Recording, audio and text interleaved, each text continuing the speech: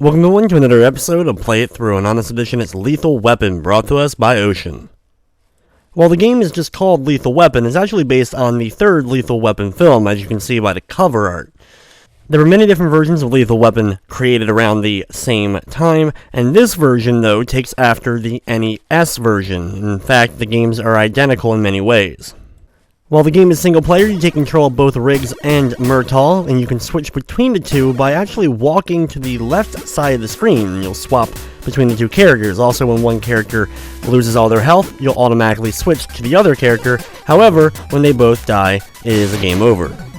So here we go with Lethal Weapon on the Game Boy, and as you can see, there's no opening storyline. We jump right into the first level after pressing start at the startup menu. At the very beginning, I switched off to Murtaugh, who I'm going to be playing as pretty much throughout the entire run, though they play identical, so it doesn't really matter who you play as. You have a few different types of attack, mainly the handgun, which will do significantly more damage to enemies, as well as the punching ability. Once you run out of ammo or haven't picked up a gun yet in a level, you'll use your fist in order to take them out. You can also use jump attacks to your advantage, and we're going to be using a lot of them throughout the game. There's a very limited number of enemies throughout the game, so you'll be seeing the same few guys over and over again, and the way to deal with them is pretty much going to remain the same also throughout. Sometimes you'll also find some objects like these boxes that you can pick up and then throw at different enemies. Enemies that are in the ground like these here, the best way to deal with them is a jump kick at them. Either jump kicking at them and then immediately one jump kicking, backing away from them and landing, and then repeating the process so that you'll try to be able to avoid their upcoming attacks. If they throw a grenade out though, you'll have to jump to the opposite side. Sometimes you'll run into enemies that are carrying boxes to the right side of the screen trying to escape. If you're able to attack and destroy both of these enemies, you'll usually end up getting an item dropped from them, sometimes extra ammo, and more importantly, sometimes extra health. At the bottom of the screen, you'll see in the middle your current score. To the left lower side, you'll see the character profile of the character you're currently playing as and their current health. And on the right side, you will have the amount of ammo you have left. It's not represented by a number. Interestingly enough, the ammo in the game is represented by an ammo bar. A lot of the times, the fist actually works just as well, if not better, than the gun, because you can seemingly fire it out more easily and be able to hit enemies a lot closer to you. Sometimes a lot of the strategy just remains of just walking up to them and starting to punch them as quickly as you can, delivering a few punches to them before they're able to get off an attack on you.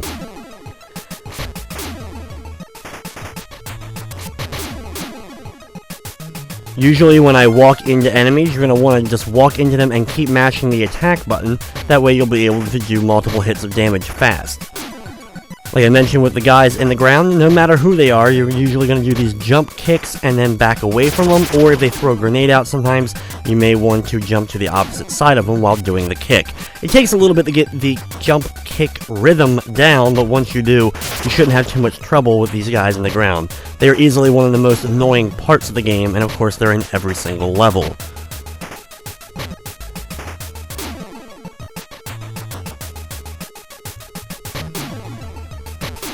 Usually I like to walk up to enemies, sometimes usually in a diagonal pattern, either diagonal down or diagonal up.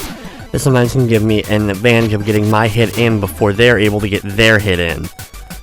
Anytime you see an E drop, of course that is health, and you're going to want to make sure you grab it immediately. For the first level boss, here's this big fat guy in this van. He jumps out and he will start jumping from left and right sides. All you're going to need to do is turn along with him, punching in whatever direction he currently is at, and deliver enough hits until he's defeated. You'll then move on to the second level of the game, the Gardens.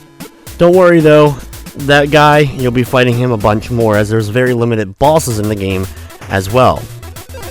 The unfortunate thing about this game is everything we just did in the first level, you've just about seen everything the game has to offer, with a few minor things here and there.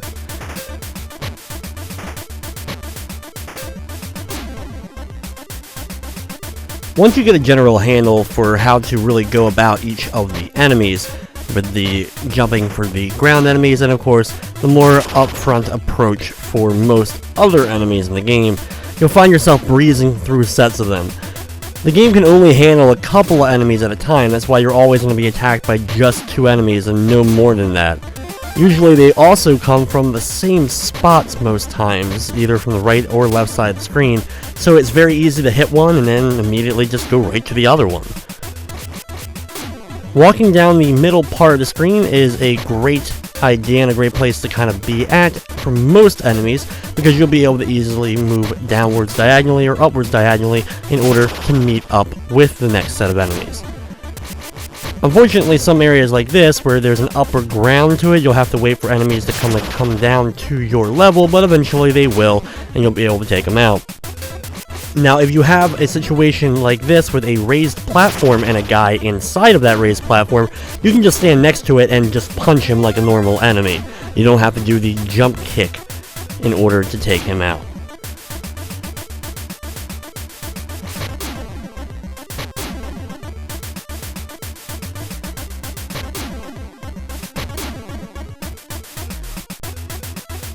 Unfortunately, there really isn't too much more to the game than what you're seeing so far. There is a couple other gameplay elements that are added a bit later as we get farther into the levels. And the game actually has quite a few levels to battle through, but you're going to be battling these same couple of enemies. Be very careful on any area with a ledge or open area below it. It's an instant death if you accidentally fall into it. Sometimes you'll also come to hostages being held. Run up to the enemy that's holding the hostage and take them out, and free the hostage, usually granting you some extra health if you're able to do so.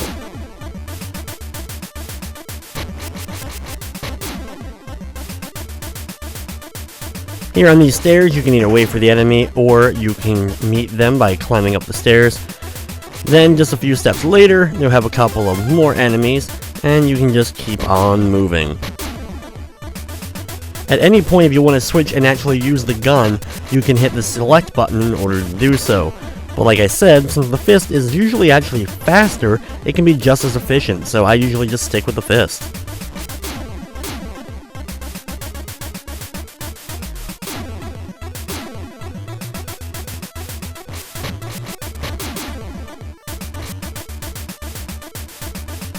If you know where they're going to be coming from, you can try to get attacks in on the guys carrying boxes. Try to take them both out so you can try to grab some extra health. Now for the boss of this stage is the Kung Fu Ninja-like guy. This guy's a little bit more tricky to kind of pin down, but your strategy is going to remain the same as it was on the first boss. Usually though, instead of jumping left or right, you can actually get him to just jump straight up and down off of the van. Coming down, he'll then jump right back up into the air and repeat the process coming right down on you, where you can continue punching him. Once he's taken care of, we'll move on to the third level of the game, the docks. At the beginning of the next level, there is a big pit right to the south, so be very cautious when you start off the level. Also, just a few steps in is a bulletproof vest. Picking this up will grant you invincibility for a period of time. As long as your character is still flashing, you won't be taking any damage from enemies. There's not many of these in the entire game, so enjoy the few that you end up getting.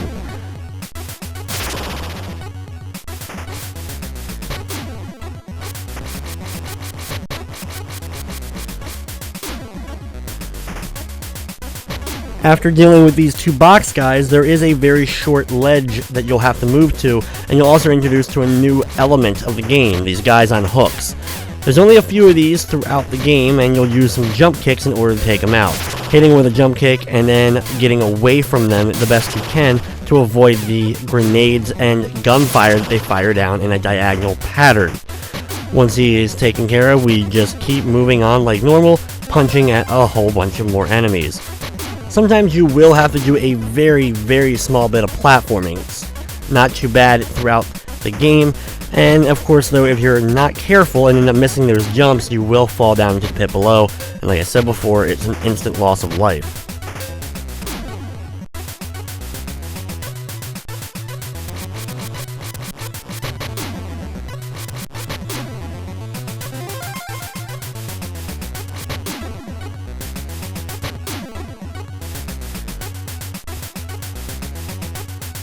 Here's another example of taking out a guy with a hostage.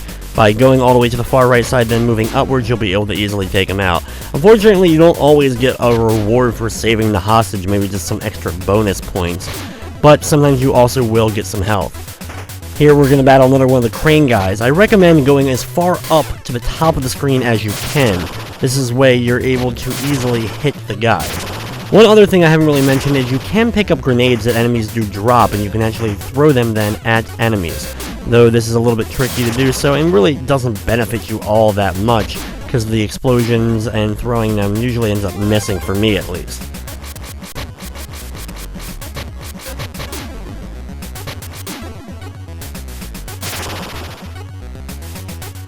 Despite the monotony of the game and the fact that there's very few enemies and overall the game can be pretty difficult and just overall boring, the music is pretty darn good. The soundtrack is the same as it was on the NES by the same composer, and it's just a really good soundtrack to listen to. That is usually the case with a lot of the Ocean games. They usually ended up having pretty mediocre or bad gameplay, but ended up having pretty good soundtracks.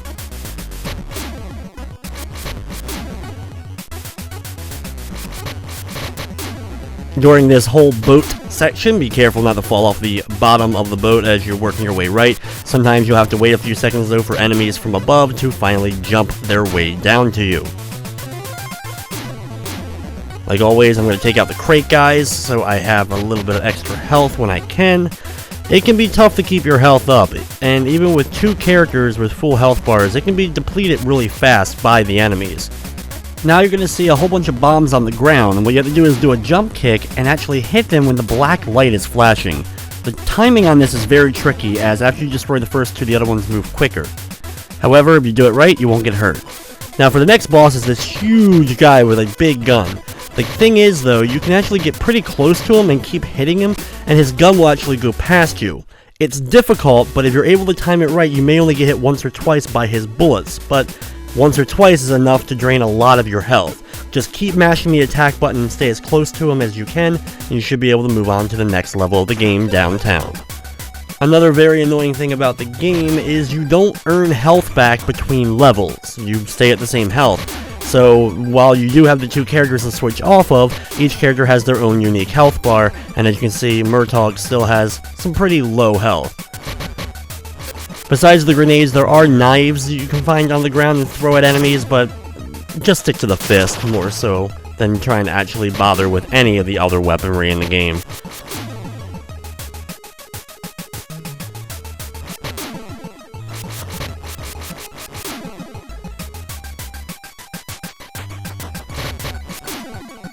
I really wish there was more strategy I could give other than just running up the enemies, getting up close, sometimes moving that diagonal direction because that seems to help, moving in the diagonal direction to get closer.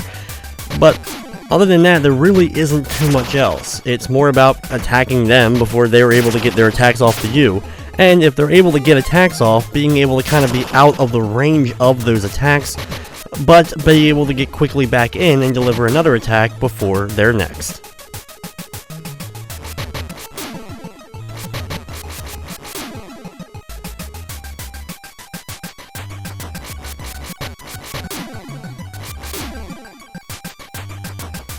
Besides the version on the NES and Game Boy, the Super Nintendo game of Lethal Weapon is vastly different from this version, and there was actually even an unreleased game that was being developed by Probe for the Sega Master System.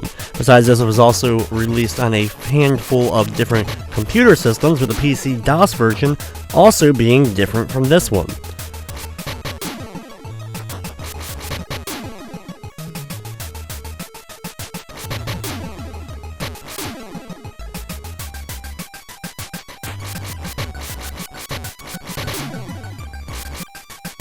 Another thing with a lot of the Game Boy, NES, and even Super Nintendo Ocean games is that they revolve around trying to get a high score. Of course, there's no battery backup to save your scores, so you kind of just either have to remember it or take a picture of it like you used to back in the day and submit it to Nintendo Power.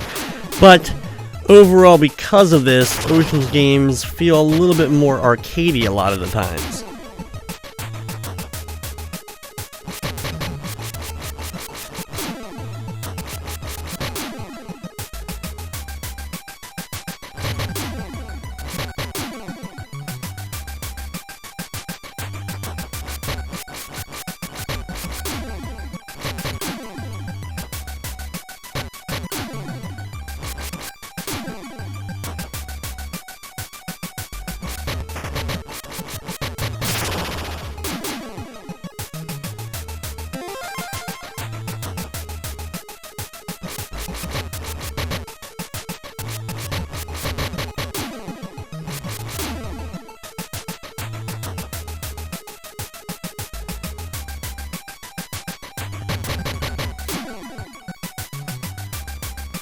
The more and more you make it through the different levels of Lethal Weapon, it's gonna feel more and more like the levels just never seem to end.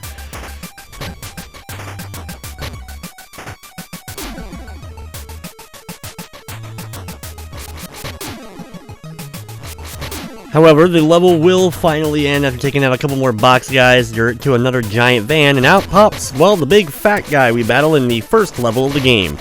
This fight is very similar to the first one. He'll either jump straight up and off the van down towards you where you can punch him a whole bunch of times, or he will jump back and forth left and right. The fight is technically harder because he likes to throw out a lot of punches, but if you can kind of get him stuck on the roof a lot, he'll spend most of his energy punching on the roof of the van before coming down and allowing you to deliver hits to him. If he does do his punch combo while on the ground level, stay close to him. Stay as close as you can to him so that some of his punches end up missing you. Once you drop him though, we're going to move on to the next level of the game, the Suburbs.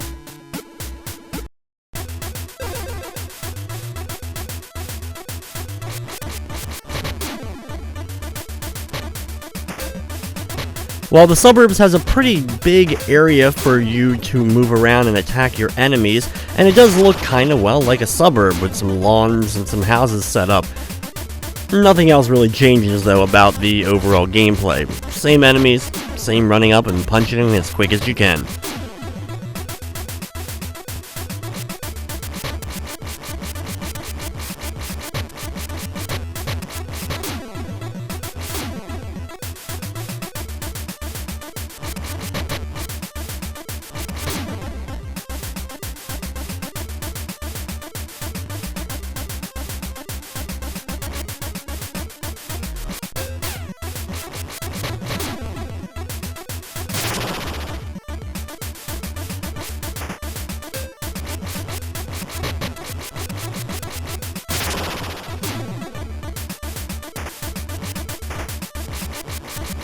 I always did find it interesting that they chose Lethal Weapon 3 of the movies in order to make any kind of video game adaptations. There was no previous ones for either Lethal Weapon 1 or 2, or even making a game or anything based off of Lethal Weapon 4. Lethal Weapon 3 got every video game console at the time, as well as even a pinball machine.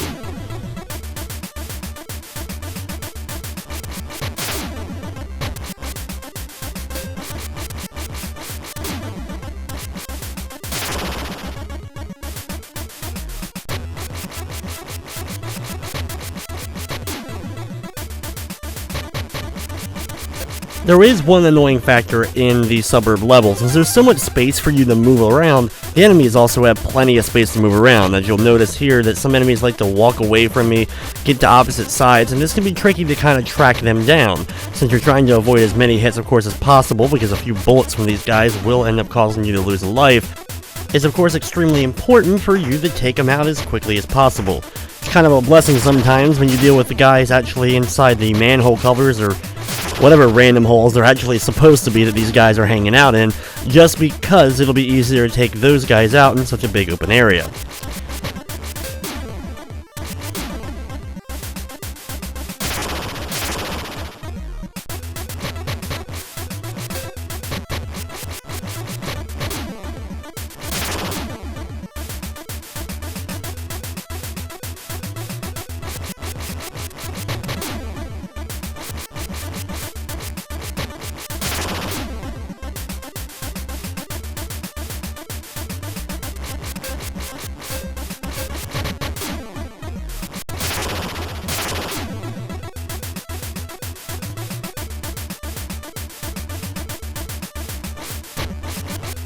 There is some weird architecture throughout the suburb level, like for example here with some of the different level platforms set up, and every so often you will also have one of these guys come back into the mix. With the multiple platforms for you to deal with this guy, I like to stay pretty much on the middle one and just keep doing the jump kick at him. As you can see, because of the platform on the left side and the platform on the right side, his grenades end up completely missing me every time he throws them out.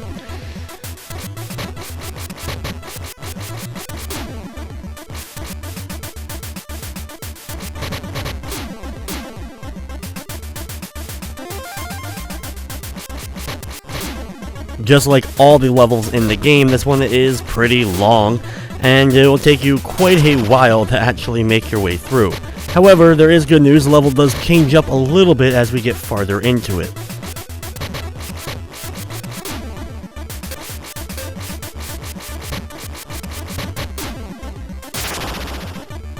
After what will feel like forever of traveling throughout the suburbs, you're finally going to make it to a set of docks, but be very careful. Just a little bit past the shed will be a opening with the water down below, and of course, like always, if you fall off into it, it's going to be an instant death.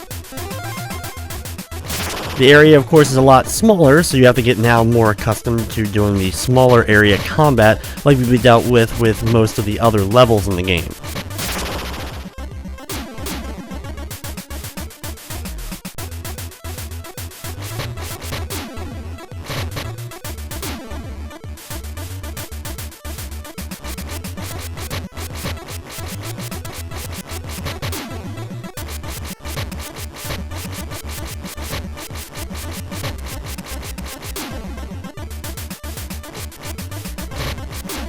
Despite the whole change up of the area being more on the docks now, the enemies aren't changing up. However, they seem to always try to get the better of me no matter what when I get to this portion of the stage, while I'm trying to do my best to conserve as much health as I can.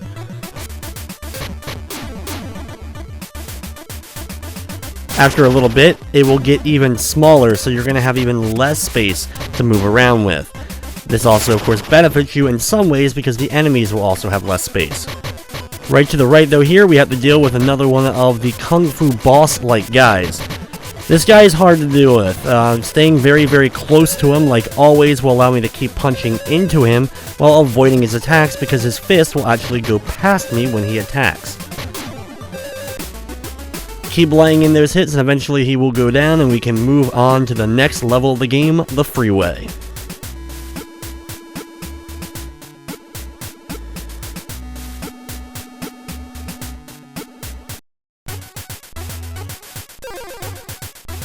Thankfully, the Freeway is the final level of the game. Being also the final level, it introduces a new enemy, this time the helicopters. To deal with these, you're going to have to pick up grenades that the helicopters throw, then jump up into the air and throw the grenade back at the helicopter. Getting the timing down for this on how you can do it by jumping straight up and then just hitting slightly left or right depending upon the direction of the copter in order to deliver it hits. Because of the way the graphics are kind of set up in the game, it acts kind of weird. When you jump, the helicopter also rises a little bit as the screen does. It'll take a lot of grenades to take out a helicopter, and we have to deal with several of them throughout the level. Also, the enemies are very fast during this stage, so it can be really hard to kind of pin them down. It's also a pretty big stretch of highway to deal with as well.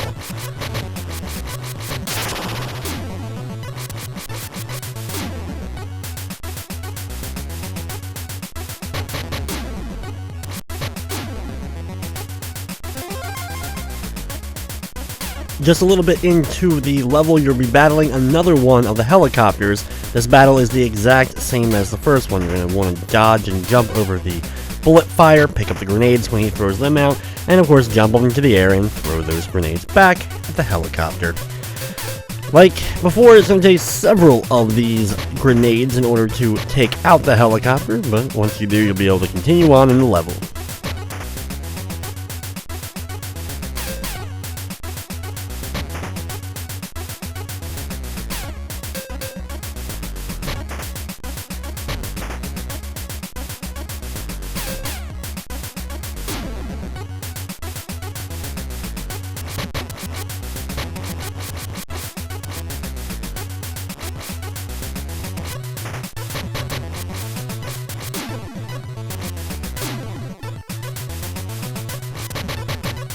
Other than the helicopters, nothing else is new, even though it is the final stage of the game. Still the same white shirt guys, the skinny white shirt guys, the fat white shirt guys, and the guys in the leather jackets over and over and over again. The only thing is, after only a couple of sets of these guys, you'll usually battle another one of the helicopters. The fights with the helicopters also don't change up like the enemies, so once you get used to the whole mechanics of picking up the grenades and throwing them back at the helicopters, that's all there is to it. This will happen several times throughout the level as you very, very painstakingly slowly make your way through the stage.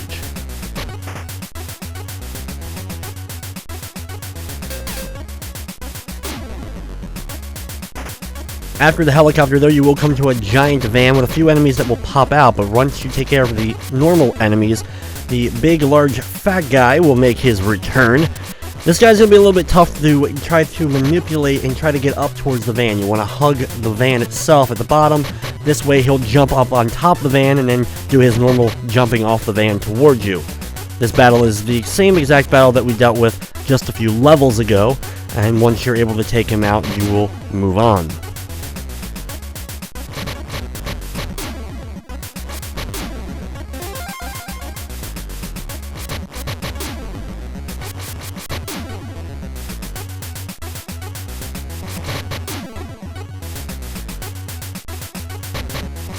After a while on the freeway, you will get kind of into an industrial area, so things do change up a little bit.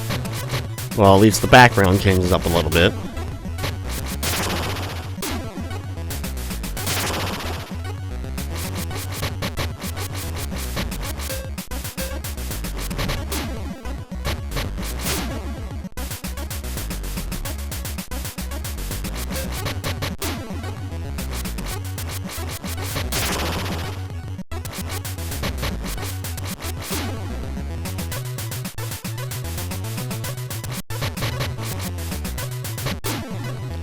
The good news is you're almost done the game. Once we've made it into the industrial area of the freeway stage, we only have a little bit longer to go before we finally reach the end.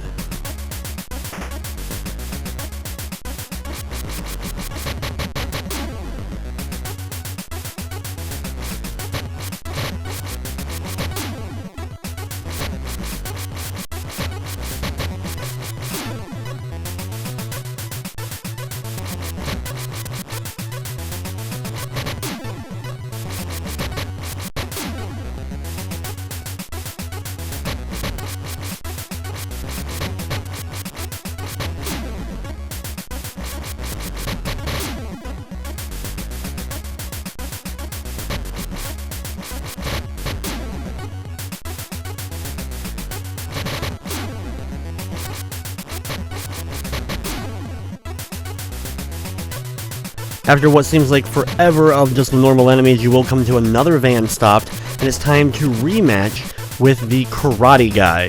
This fight is the same as the other previous fights with the karate guy, and this one's pretty easy because you can deal with him on the van just like we have with the other bosses, getting him to jump up on the van, and when he comes down, delivering those punches to him.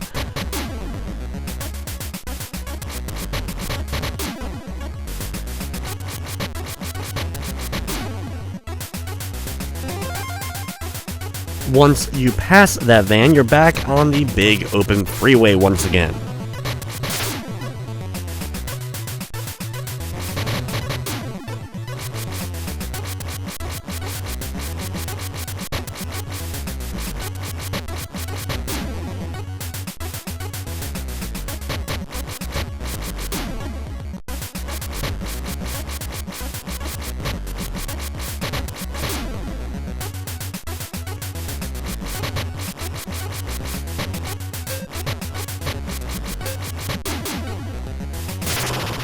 Just keep trudging along the freeway. Know that you're near the very end at this point. After a whole bunch of these guys, we will eventually make it to another one of those helicopter fights.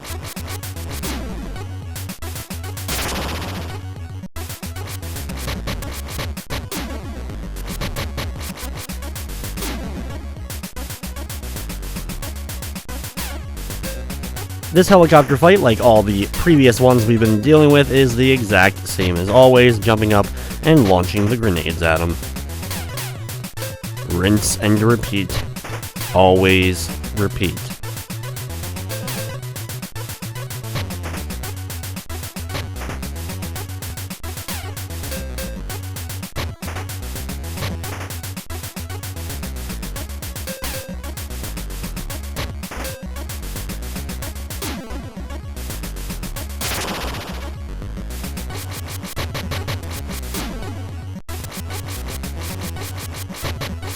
If you're low on health, you want to be as, of course, conservative as you can.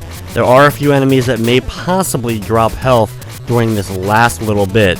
Once you make it past that last helicopter, it's just a few sets of enemies before we finally make it to the end boss.